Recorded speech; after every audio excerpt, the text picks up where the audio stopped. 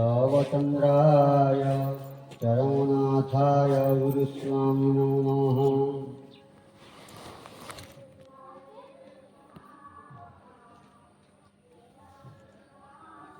ओम चरम चतुर्थ पुष्प प्रथम पाखुड़ा चतुर्दश संख्या श्रीमद् भगवद गीता पूर्व गुरुदेवंकर श्रीमुख निःसृत वाणी आज यही पवित्र ग्रंथ समग्र विश्व सकल सीमा सरहद ऊर्ध्वे समस्त वाद संवाद ऊर्ध्वे सर्वत्र पूजार योग्य भक्तिर अधिकारी तादृश चरम वर्तमान युग पुरुष प्रत्यक्ष गुरुस्वामींकर श्रीहस्त लिखित वाणी। तेणु श्रीमद्भागवत गीता तुलन यह कौन गुण न्यून नुहे। यह मध्य अतुल पूजा भक्ति और सम्मान योग्य अधिकारी। चरम द्वितीय संख्या अष्टम पृष्ठा प्रथम अनुच्छेद द्रष्टव्य। परम प्रेममय भक्तवत्सल चरम पुरुष ठाकुर श्री श्री गुरुस्वामी करुणा घन आशीषर वैजयंती माला ही कल्याण देली तोते। यही करुणा कल्याण प्राप्ति ही आमर चरम शांति परम आनंद। तेणु यह आम समस्तंकर नित्य पाठ्य। यह द्वारा आमर आसक्ति जनित शांति छिन्न हुए। यही ही मिले आमको नित्य राहस शांति श्रद्धा और भक्तिर सहित आसतु एथर पढ़ा धर्मनंदन मोर चरम धन मोर तू मन दुखरे नीरव छिड़ा हो रही जे तू कौन जानी नाहू ये मोर जगतर कथा। तू सीना बुझुछु हेले मजी नाहू कि लीला चली दुख परिवार किछि नाही। कारण दुखरे भांगी पड़ो जे दुख को सुख बोली मणि सब कार्य आगे चाल। तेरे जाई धर्म बाटरे चालू चालू सब किछि जापर बुझीपर।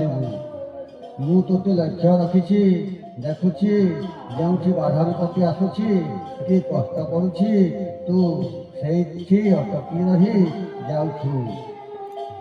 पाद पद्म को लय रखी एकमुखी हो चली जा। भरोसा करें सब बाधा विघ्न दुख कष्ट एड़ाई आई जाई पारू। ये विश्वास तो ठारे मोर अच्छी। घोर जंजाल सबुरी मुंड गोया तलिया हो गलानी।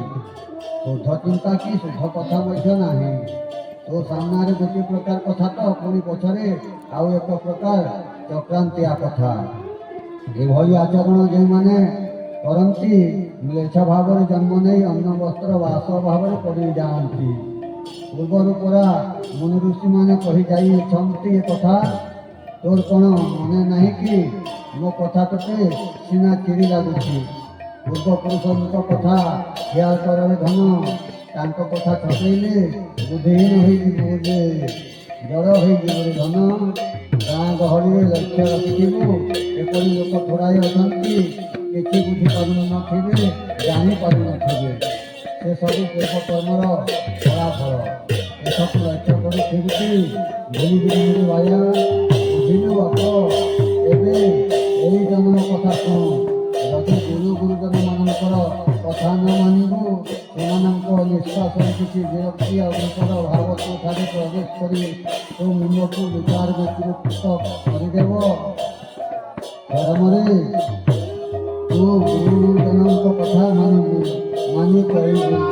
गुरु जो आदेश देउछंती देवे ताकू भूलू ना। अस्थिम मज्जागत कर रखिथु गुरु सहित कथा कथाकथि केबे भी हेबुनाही उग्र स्वभाव हो गृहस्थाश्रम बड़ भाई हो जन्म होइछु। तो पिलांक प्रति जेभली नजर देउछु परिवार समस्त प्रति सहीपरि नजर देबू। स्वार्थपर हेबु नाही हेले कौन हेब जानू।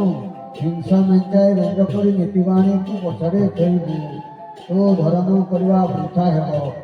धन तू तो पूर्वर जानी कि कर्म कले कृमि कीट हो जन्म नि ସେଥିପ୍ରତି ନିଘା ରଖିଥିବୁ। ଜାଣିଛୁ ତ ମାନବ ଜନ୍ମ ଦୁର୍ଲଭ ଅଟେ। ଜାଣି ଶୁଣି ତୁ କାହିଁକି ନରକ ଭୋଗିବୁ କହନି?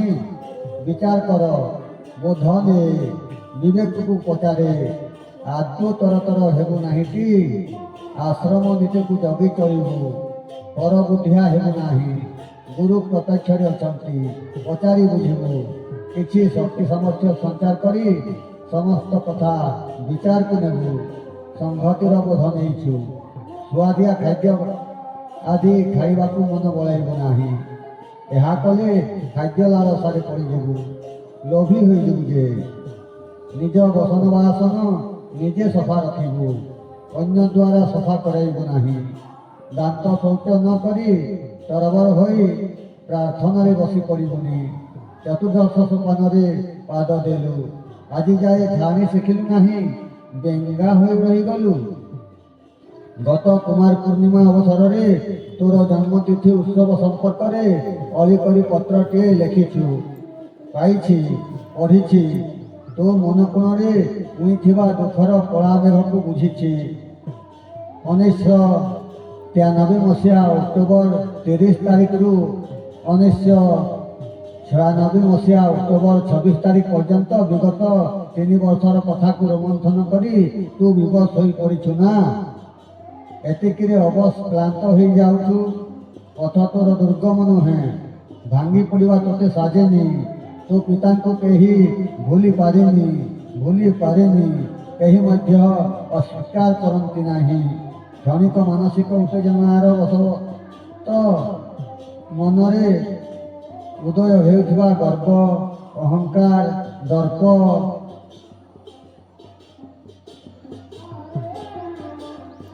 ଅସ୍ମିତା ଆଦି ଚିରସ୍ଥାୟୀ ନୁହେଁରେ।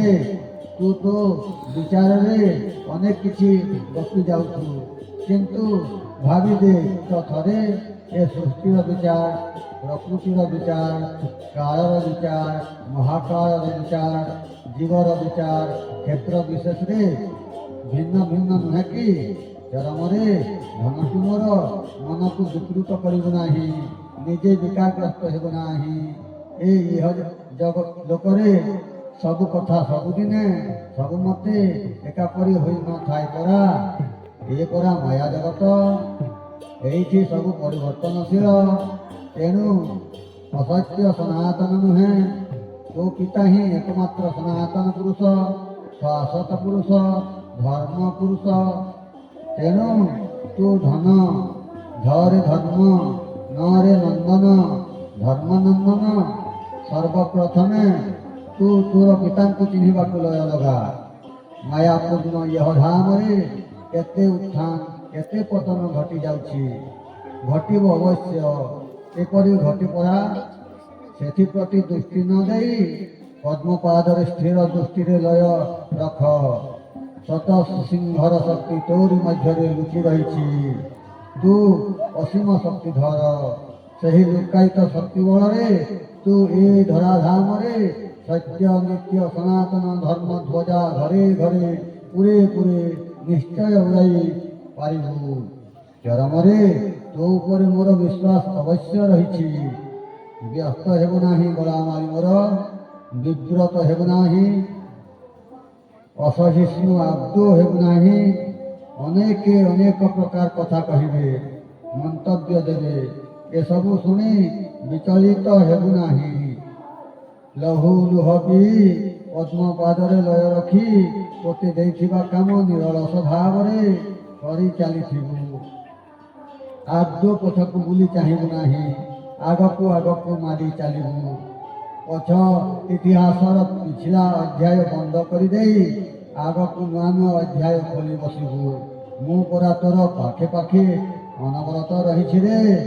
ମୁଁ ତୋର ହୃଦୟ ଦେଶରେ ଖେଳୁଛି ରେ।